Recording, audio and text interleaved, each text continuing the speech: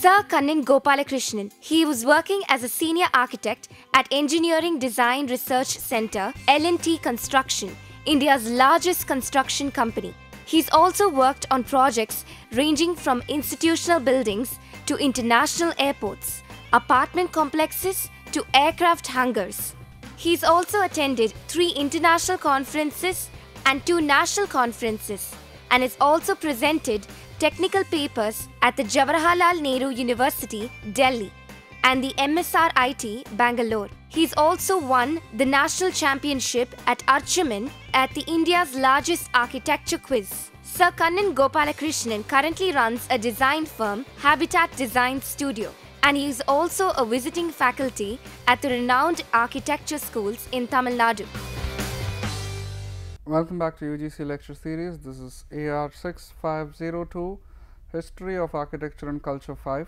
We're dealing with Unit 1, leading to a new architecture. This is lecture 8. And in the previous episode, if you remember, we spoke about Industrial Revolution. We spoke about how Industrial Revolution started. We spoke about what are the different kinds of things that are needed for an Industrial Revolution to occur. And we saw the effects of Industrial Revolution. We saw the agriculture, textile and transportation. We saw how it affected architecture and rise of different types of building typologies. In this episode, we will be looking at more of rise of different types of typologies and how that started urbanization and the rise of a proper city. So, we will directly go to the concept. Let us look at what urbanization is from definition. Urbanization is the process in which urban areas grow at a very rapid rate. Urban areas grow at a rapid rate. Grow means not only physical growth, which they are talking about here. They are also talking about physical growth because the urbanization means the physical increase in size of a city state, yes, but also the improvement in the quality of living of people, also in the improvement of economic life and spendability of the people. So, urban areas grow in terms of size, in terms of population, in terms of economy, at the same time in terms of work, in terms of the quality of life that they have in comparison with the rural setting. But urbanization always ends up in a not so positive note, because if you have a lot of people in limited space, there is going to be a lot of ill effects because of it, because there are going to be cases of epidemics, there are going to be cases of sanitation issues, and there are going to be a lot more issues than just these two.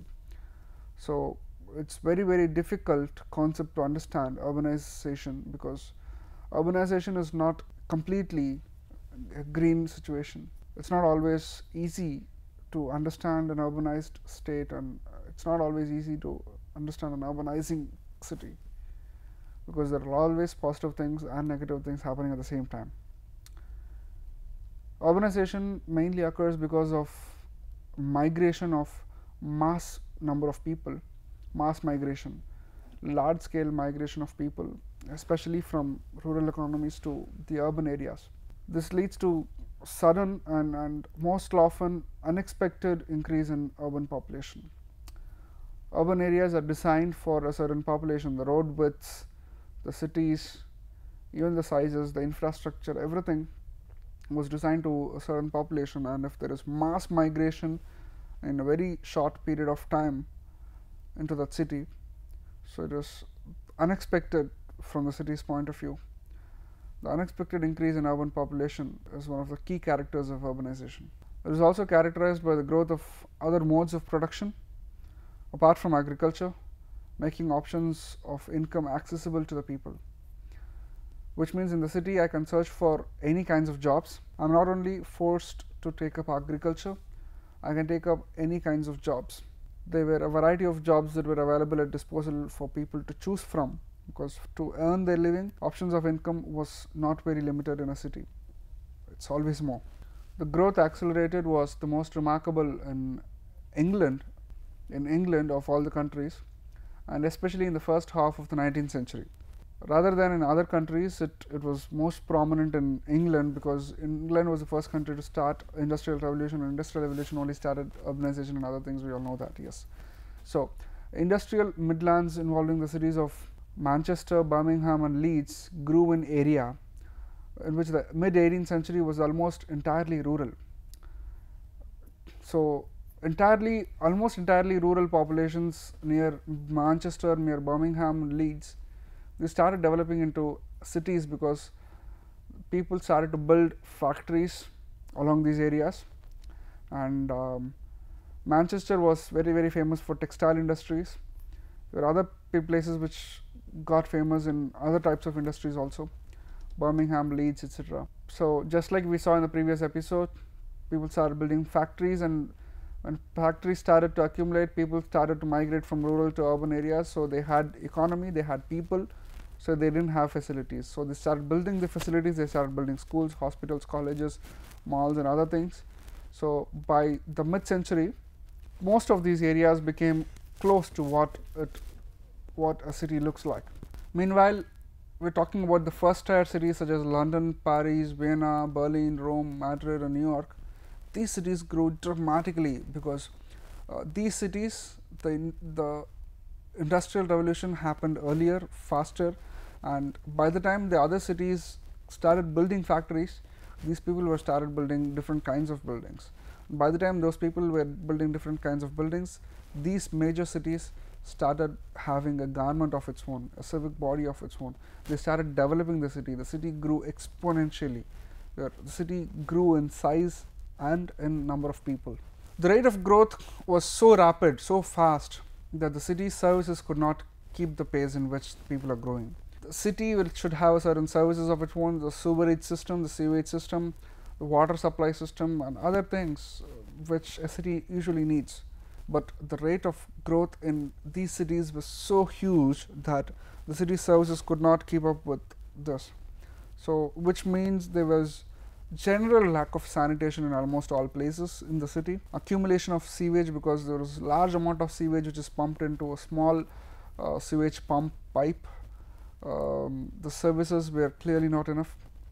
High rates of disease because of accumulation of sewage, lack of general sanitation and hygiene.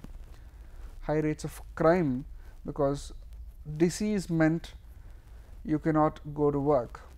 You will be banned from working if you have a disease, because fear of epidemics is one of the worst kinds of fear. So, if you have a certain disease that spreads, you will not be allowed to work, and if you are not allowed to work, you cannot earn, and if you cannot earn, your source of income is questionable, and if your source of income is questionable, your entire life becomes questionable. So, people started looking for other options and finally ended up in crime.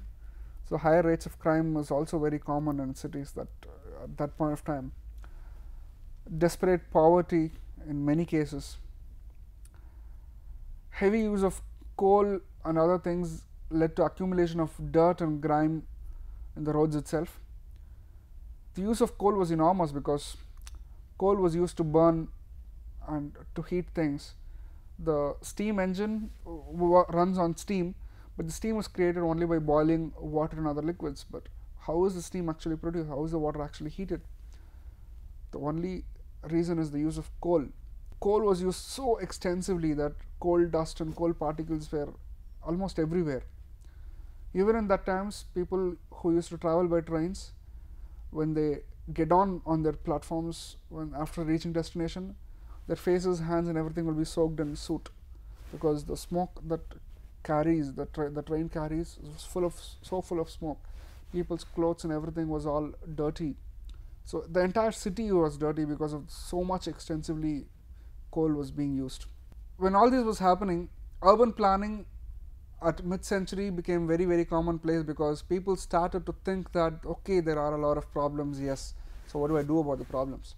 People started developing cities, which in most cases meant that they would have to raise out certain old sections of the city, which means they have to destroy, demolish a lot of buildings, replace them with broad avenues, replace them with impressive buildings, monuments, railroad stations and other civic buildings. This pattern was established by the city of Paris in 1850 under the rule of Napoleon III. This was a success in Paris city, which meant the other cities were following suit. Soon, by the end of the decade, a lot of cities were getting planned. the new kinds of planning started develop. People started thinking about streets, people started thinking about monuments, people started thinking about belonging to the city. The original cities, the actual cities, had the necessity of being a walking city, which means everyone living in the city should have to go to their workplace by walk. So original city plan was actually a walking city plan. This major constraint means that the workplace needs to be concentrated and the homes of all the people needs to be concentrated in a small area. So if the area needs to be smaller, buildings have to become taller naturally. So buildings started to become taller. Usually the ground buildings started to become G+1, G+1 buildings became G+2, 3. People started building taller buildings.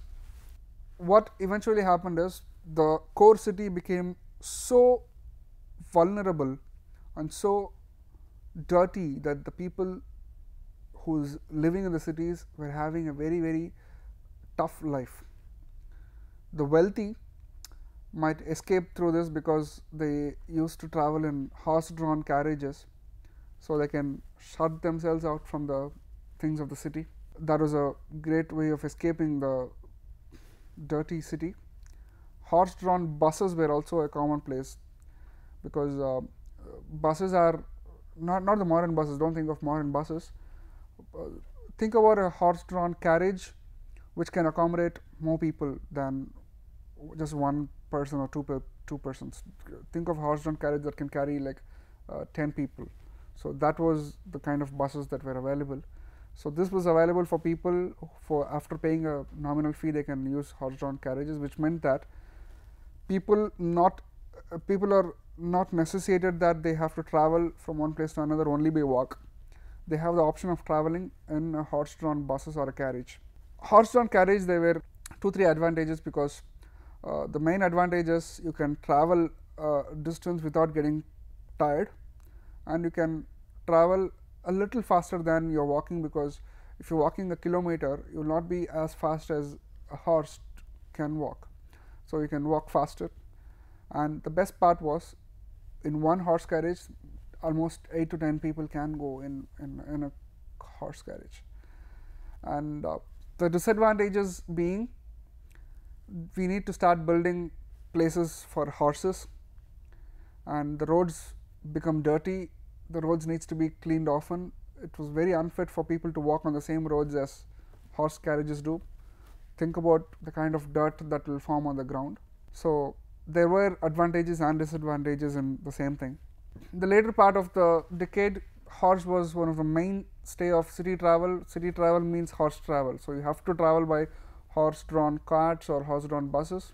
But by 1890s, most major cities had electric generation plants, which means that people were able to take the electric tram car. People started building electric trams, and tram car became the common mode of transport by 1890s. By the 1900, lots of cities had trams.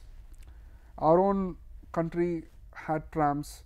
Calcutta, Madras and all, we had trams earlier. So when trams became the major mode of city transport, there were again a lot of advantages when compared to the horse-drawn carriages, because trams were faster than horses. Number one, trams could take more people than horses carriages could do. Number 3 was, trams did not create dirtiness on the tracks, whereas horse-drawn carriages created dirtiness, which is unfit for people to walk. So you can walk on the tram track also if you want to, which means horse carts was slowly getting replaced by tram cars in the cities. So the city itself, surrounded by lots of buildings, concentrated by factories and buildings and banks and other things, including houses, people of different classes living there. So city was a very, very congested, noisy and lousy place to live in, unlike what is today. So what the wealthy people did was, they started building large countryside houses, the surrounding places outside the city, and they commute to the places of business either by horse-drawn carriages or by trams which were available. So the wealthy people clearly escaped the noise and all the dirtiness of the city by building their houses on the countryside. It also became possible for the upper middle class and some sections of the middle class people to find houses on the outskirts of the city, which means lesser congestion than compared to the actual city itself. It is the poorest of the poor people who will not be able to afford a place outside simply because they cannot afford the transportation cost. So they were the people who were actually living in the amidst the dirt and grime in the central city. You can compare the same scenario with modern day city, where the wealthy people live in large houses little outside the city, and the middle class people were all live in the outskirts of cities, live in apartments. Only the poorest of the poor people live in the core of the city, in slums and along the rivers and along the dirty areas. So you can clearly compare that we are not very different from 1890s or 1900 cities. Even after 115 years, 120 years, we are pretty much still the same way as what we were 120 years ago. From 1870 to 1900, the United States became the world's pioneer in industrial nations, because till 1850s, 1860s, UK was the pioneer in the industrial nations, and slowly France, Germany and other countries started to become industrialized. And after 1870s, in the 1900s, United States became the world's pioneer. It emerged as a leader in lots of kinds of industries like timber, like steel, meat packing, mining of a lot of materials like coal, iron, gold, silver. So when they started expanding on all these fronts, they emerged as the leader in industries. Mines, forest, livestock, they were all available. Lot of things was available to all these people, because most of the resources in America were untapped at that particular point of time, because Americas did not have a very rich history like India or like the European countries, because all the natural resources which America had were all very fresh. If you wanted timber, it was the freshest timber which is available to you, and if you want to mine for iron and gold, everything was available, because it was a very rather new continent for the entire world. Europe has been existing for a lot of time, and all their resources have been constantly depleting little by little. And same was the case with eastern countries like India and China. We were also very ancient civilization, but European countries started much more in an advanced manner because of the Industrial Revolution. And when the Industrial Revolution slowly moved to the Americas because of colonization and other things, United States became one of the most richest nations, because they started to tap their natural resources in the right manner. So they started exploiting oil reserves, mining reserves, a lot of raw materials which are available to them. So they exploited their natural resources, and they became one of the richest countries. Immigration exploded. Urban population started at 6 million in 1860s in America, was at 42 million in 1910. In about 50 years, the population became 7 times more, and in just 5 decades, in just 50 years. Imagine population increase from 6 million to 42 million, increased 7 times. Cities got bigger in population and size. Chicago, for example, tripled its size between 1880s and 1890s. In 1 year, the size of Chicago town tripled. By 1900, 3 cities in America had more than 1 million people. 1 million is 10 lakh people. New York, Chicago and Philadelphia had more than 1 million people. New York had 3.5 million people. Chicago had 1.7 and Philadelphia had 1.3 million people. Chicago, for example, has been a railroad center. It was between railroads and seaports, so they were able to export. They served the entire Midwest region as a shopping hub for wood, lumber, meat, grain. By 1870, it had taken lead in steel production as well as meat packing. So take a look at the map of Chicago. This is how Chicago was planned in the late 19th century. People started thinking about city plans and the city problems, and they have learned their lessons from the European countries, so they started doing a proper job of planning cities. Just like Chicago, a lot of places started developing in their own manner. Atlanta, after the Civil War, was another interesting and very important railroad hub because it was also connecting a lot of places. If you look at the map, it also connects to a lot of places, and it was a commercial center, and it developed a diverse manufacturing sector. A lot of people who are manufacturing from Atlanta, and the products started moving from different parts of the country in that location. So Atlanta also became a very important center. The best part about industrialization in that point of time in United States was cities quickly became identified with what they produced. For example, each city had a certain specialization. If one city made a certain objects, the other city does not make the same objects, makes different kinds of objects, mainly because to tap the market, there were markets which were available for different kinds of goods, and some person is always necessary to make something which is necessary for the people. If there are large number of cotton industries and there are only cotton industries in the country, there are no other types of industries, there will be overproduction and oversupply of cotton and textiles in the market, which means the cotton price will go down drastically. There will be so much cotton and so much textiles available in the market. But then the common man, it will be easy for him to buy cotton, but yes, but if he wants to buy something else, if he wants to buy a wooden furniture or a stool or something, there are very less people to do in that city because in that particular location, because it was not available. So the price of that tended to increase, which means people need to flood different areas with different kinds of markets, and the rise of transportation became very important because one particular city you have industries pertaining to that particular thing. It was easy for them because people can collaborate easily, and getting the raw materials and distributing and dividing them became a lot more easier. There are only one type of products available, which means it's easy for them to process and get it. Rotation between jobs for workers also became easy because people, when they got trained in a certain job, did not learn a new kind of job in the same city. They just have to move the job and do the same thing which they were trained to do in the previous workplace. So it means that it was advantageous for a lot of people, and it was also advantageous to the employer because they were able to get employees with relative ease. And the transportation was the most important key element here, because if I don't produce a certain element in my city, I can always get it done from the other cities which actually do it. So railroads and sea transport, shipping transport was the backbone of industrialization, because every city had its own specialty. For example, Troy and New York made only shirt collars. They didn't even make the shirt completely, they didn't even make the textile completely, they only made shirt collars. It was easy for them to do only that, because the other things were already done by other people.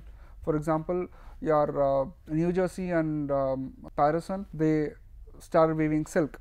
They were pioneers in silk industries, and there were other cities which started doing other things. Birmingham and Alabama started manufacturing steel. So if people in New York or Troy or people in New Jersey wanted steel, they can always take it from Alabama, because it's easily available there and the transportation system is easily available. And combining similar industries at one point or one place also increases advantages, because planning the city becomes easier. Transportation, planning the city, roads and everything becomes easier. The civic administration becomes easier because there are not different types of things, and you can easily stereotype the laws and other things. And the waste generated, most importantly, the industrial waste that is generated is of the same thing, and the recycling of the waste and dumping of the waste, or what to do with the surplus material, is all same for everybody, so that they can collectively make a good decision. So grouping up of similar functions, similar organizations or similar factories is always beneficial. Just like what we do in architecture, if you take a house, we always group places of similar functions.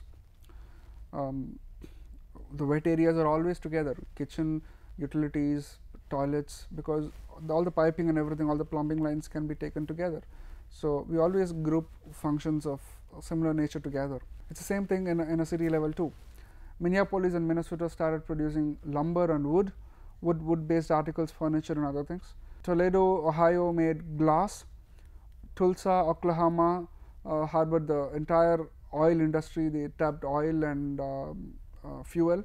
Houston, Texas produced railroad cars because railroad cars was one of the most important modes of transport. A lot of railroads were there, and cars needs to be manufactured. Every railroad wanted to have more cars, and people wanted to transport badly, and railroad cars was the most important sought for thing in that particular point of time. Let's take a look at how the population changes transform the city. They transform the city in many levels. Urban growth reflected the geographic mobility of the industrial age. It means that when a city grows, people can also move from one place to another. That reflected the industrial age mobility. People moved from city to city as well as within the city. From one city to another city, people need to constantly move, because just as we explained earlier, if I am a trader of steel and if I am based in New York, I have to keep moving from my base industry to the city that produces steel, so that I can take the steel from there, come back to New York, and then I can sell it. So people needed to move from one city to another city as well as within the city, because the cities were becoming bigger. So in this picture you can take a look at the social condition of the life of people. Look at how many people do how many complex works in such a small factory, such a small area. Rent and other things were very high in that core city. To get hold of a small place of manufacture in a core city is very difficult. And if you take a look at the picture on the right hand side, you can see a very wide road with gutter, sidewalk, large sidewalk, and then buildings. The sidewalk also has lamp posts and other. The civic amenities were available, but still there are people who are living on the streets. Dirty things happening here. Cows dead, and you can see the clearly what the industrial revolution did to the urbanization of cities. Cities developed, the roads became wider. It was easier for people to travel in two directions in cars and horse-drawn carriages. At the same time, the social life of the people, there was so much imbalance in the social life of the people. This is one picture that clearly explains both the ill effects and the advantages of industrial revolution and urbanization of cities and rise of city. So with this, we'll quickly look at the outcomes from this lecture. We saw the rise of cities due to the industrial revolution. We saw the concept of a city, and we also saw what makes a city and who the city belongs to, what function happens in the city, and we saw the functions of different cities, how different cities were looking at different types of industries and everything. With this, we should be able to answer these following questions. How were cities developed? How was the economic stratification reflecting in the physical planning of the cities? Explain the urbanization of America and explain the different geographic areas that came to develop different specialty products. I look forward to meeting you on the other side with more information. Thank you.